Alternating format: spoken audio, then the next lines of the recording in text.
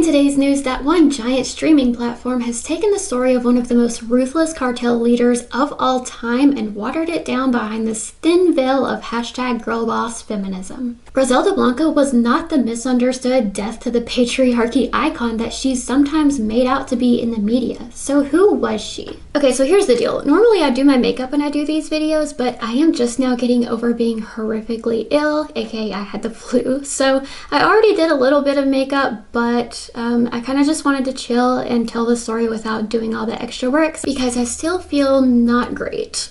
I'll try and put more pictures on the screen just so it's not like boring, and if I still sound rough, I'm sorry. So without further rambling, let's get into the tale of Griselda Blanco. So Griselda was born in Cartagena, Colombia on February 15th, 1943, but she moved to Medellin, also in Colombia, with her mom when she was only 3. Now, Medellin at the time was going through a lot of socioeconomic and political troubles, so crime was absolutely rampant there. So Griselda was unfortunately exposed to criminal activity at a very young, impressionable age. She was literally brought up in it. And I don't really know how to prepare you for this, but she started doing monstrous, heinous things when she was young. When she was only 11 years old, she allegedly kidnapped a smaller child from one of the more affluent, upscale neighborhoods and attempted to ransom him. Now, how you think to do something like that at 11 years old is beyond me, but unfortunately, it gets a lot worse. So the parents didn't pay the ransom. I mean, they probably didn't even think she was serious because she's, a child,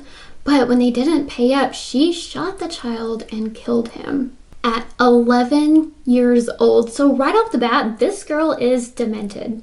And this incident really sets the stage for how Griselda would turn out. And when she was 13 years old, she met the guy who would eventually become her first husband. His name was Carlos Trujillo, so he was a small-time criminal and document forger, and the two of them worked together distributing marijuana. She also allegedly turned to theft and sex work as a way to support herself when she was only a teenager. Which is legitimately sad that that's what she thought she had to do, but it gets even worse. So eventually, Griselda is 19 years old and her mother has a boyfriend who is allegedly sexually abusing Griselda. And that's when she decided to run away. She's getting out of there and she went to live with Carlos. And this is all obviously devastating. I mean, we can condemn the things that she's done and will continue to do and feel sorry for the things that she's been through. Two things can be true at once. So now she is with her husband Carlos working on their marijuana enterprise, and the two have 3 kids by the time she is 21. And eventually they did divorce, but they continued working together until apparently they had some sort of business dispute and Griselda decided to just have him killed, because of course she did. And this would be a recurring theme for Griselda. Now in 1964, so she's still 21-ish, she entered the US with fake documentation, which he was a document forger, so maybe he showed her how or connected her with someone, not sure. But she's now in the US and settles in Queens, New York with her 3 kids and her new husband, Alberto Bravo.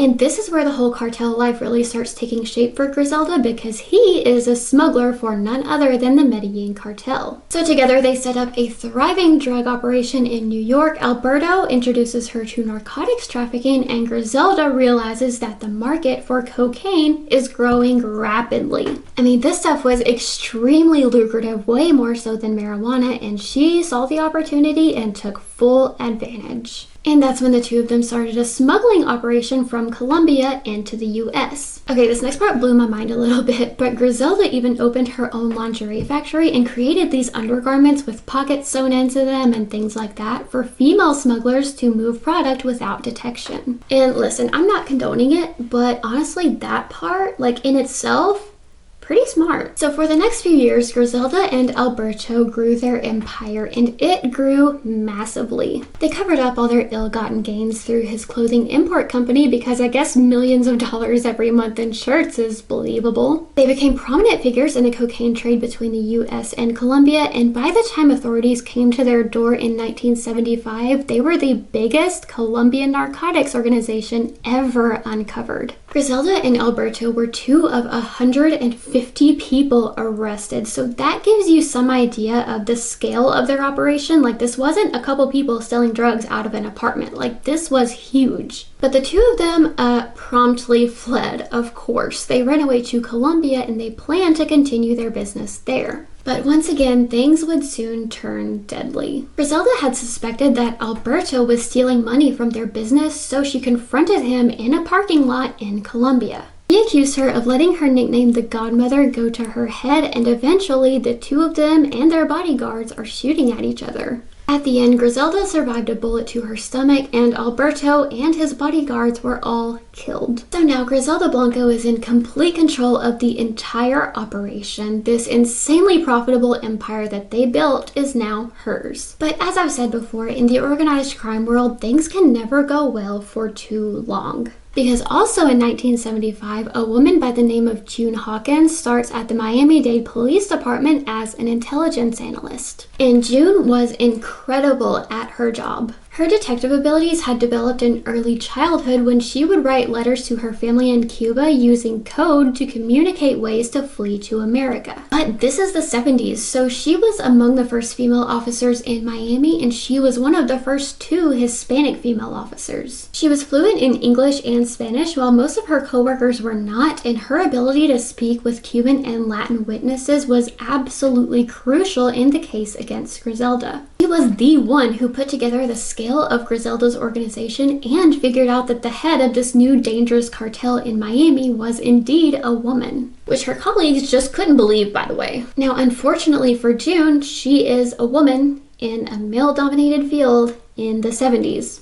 Point blank period. She was never taken seriously, her reports would be thrown in the floor and never read, she was discriminated against and sexually harassed. Her male colleagues would do things like turn up the air so they could see her nipples through her shirt, and eventually things got so bad for her she had a panic attack in a police car. Which is the sad reality she was in back then. She was the one figuring out all these really important things, and it was just falling on deaf ears. But eventually, her colleagues would see just how right she was. So in 1978, Griselda is about 35 now, and she returns to the US once again with a new husband once again. Like, every time she comes back, she's got a new husband. Girl. Now, his name is Dario Sepulveda, and they, along with her 3 kids, settle in Miami. And obviously, this is where her empire really takes off. At its height, her cartel shipped around 3,400 pounds of cocaine and made about $81 million a month, which is roughly about 400-ish million in today's money. Imagine making that every single month. I literally can't. She became very well known in the underworld of Miami, and her cartel is considered one of the most profitable in history. But to get to the top, sometimes you have to step on a few people, or in Griselda's case, do much, much, much worse. Her move to Miami and a mall shooting that she ordered to take out 2 rivals that did injure innocent bystanders, by the way, coincided with the beginning of the Miami drug war, a time when drug and cartel activity were rampant and public displays of violence were the norm. Basically, narcotics were being trafficked to the US through Miami by cartels, and eventually Miami would be named the drug capital of the world, bringing in 70% of the US's cocaine. As a result, hundreds of murders plagued Miami every single year, and Griselda Blanco was behind most of them. So the president at the time, Ronald Reagan, sent a huge task force to Miami to combat these cartels. And this did end up disbanding the Medellin cartel, but not until way later, and not until over 1,200 people were killed. But what made Griselda stand out from the rest was her ruthlessness, and I'm gonna warn you, this next part might make your stomach turn a little bit.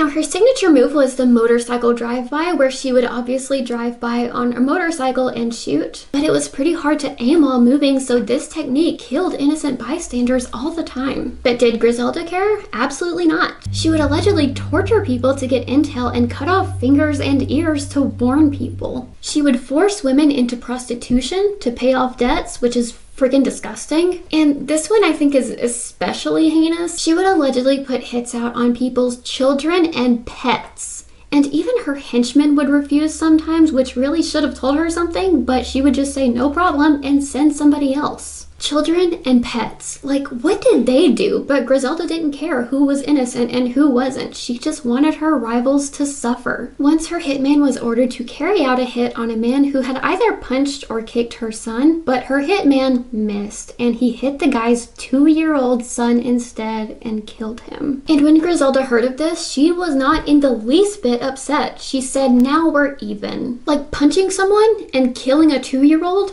are even to her. Like, she is out of her mind. It's been rumored that she once killed 8 strippers because she thought they slept with her husband, and that she cut open the belly of a pregnant woman. It's also been rumored that once she had 4 contractors working on her mansion, and one of them recognized her, saying how happy he was to meet her, and she hacked them all to death in the basement with an axe so that the neighbors wouldn't hear the gunshots. All of them, just because one of them recognized her. Like, that's it. She was more horrific and violent than probably most male crime leaders. She had zero remorse, mercy, or hesitation, and the debate has long been out regarding her being a socio or psychopath. I feel like most crime leaders see violence as a necessary evil or a last resort, but by many accounts, she just enjoyed watching people suffer. And we obviously have to take into account the consequences of her narcotics empire itself. Her drug trafficking wreaked havoc on communities in the US and Colombia and perpetuated addiction, violence, and narco-culture. It changed the landscape of everything it touched, and not for the better. Normal people died all the time as a direct result of her actions, even when she didn't personally have a hand in it. And she's probably done more awful things that we just don't even know about. And to top it all off, her 3rd husband Dario would soon meet a similar fate as the previous 2. Now, they had married in 1978 and had one son named Michael, but Dario became worried that Griselda was more focused on the cartel than being a mom. So the two separated in 1983 and the custody battle began, and Dario took their son to Colombia, which is kidnapping, but is it really kidnapping if the other parent is like this? But of course, Griselda had connections in Colombia and had him assassinated, and her son returned to her. Apparently, 2 guys disguised as police officers ordered him out of the car and then shot him right there in front of the kid. Jesus. So now all 3 of her previous husbands are dead at her hand, earning her the nickname the Black Widow. Now, Griselda's life story raises some interesting questions regarding the influence of nature versus nurture on her personality and behavior. Are some people born evil, or did her environment, upbringing, and relationships create this monster? I think when you look at the similarities between Griselda and June Hawkins, the detective we talked about earlier, and the stark differences between them, it does provide some insight. Both of them were single mothers in Miami trying to provide for their children. They both rose through the ranks in heavily male-dominated fields. They were both intelligent, strategic, good at critical thinking, and self-reliant. They each had their own traumas to work through, and in a lot of ways, they were 2 sides of the same coin. They just took polar opposite paths to do so. And I think when you look at someone like June, you realize even more so that Griselda's attempts to justify herself are deeply misguided. Not everyone who is oppressed becomes an oppressor. Griselda spread panic and terror, while June rose through the ranks to become a homicide detective and then a police sergeant. Griselda ended lives while June changed them for the better, if not outright saved them. Former Drug Enforcement Administration agent Bill Palumbo investigated Griselda for years and says, "I don't think the fact that she was a female trying to prove something had anything to do with her violent behavior. I just think it was inherent to Griselda Blanco. This goes back to her life, the way she was brought up. She was just a violent person." Rumors have also swirled that she was a mentor to none other than Pablo Escobar, who would go on to be one of the richest drug lords in history. I didn't know where to fit that in, so I'm kind of just shoehorning it right here. In February 1985, Griselda was finally arrested in California, sentenced to 15 years in prison and $25,000 in fines. And while she was in New York serving her sentence, she was also charged with 3 counts of first-degree murder, which she obviously committed and ordered way more than that, but I digress. But the scandal that would come out of this, if I had pearls, I'd clutch them.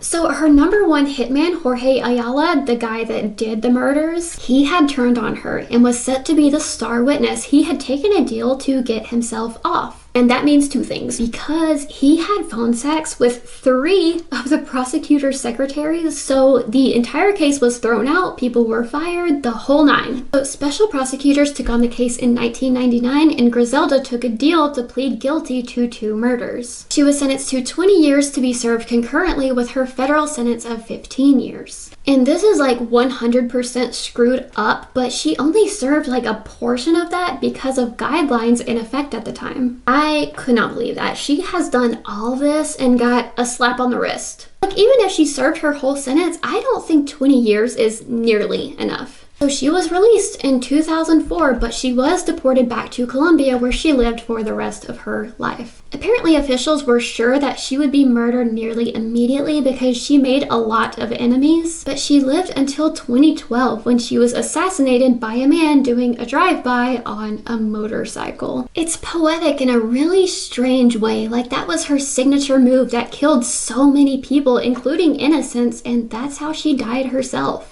She was outside a butcher shop at the time, and her pregnant daughter-in-law was waiting in the car while a man just drove up and shot her twice in the head and drove away. She was 69 years old.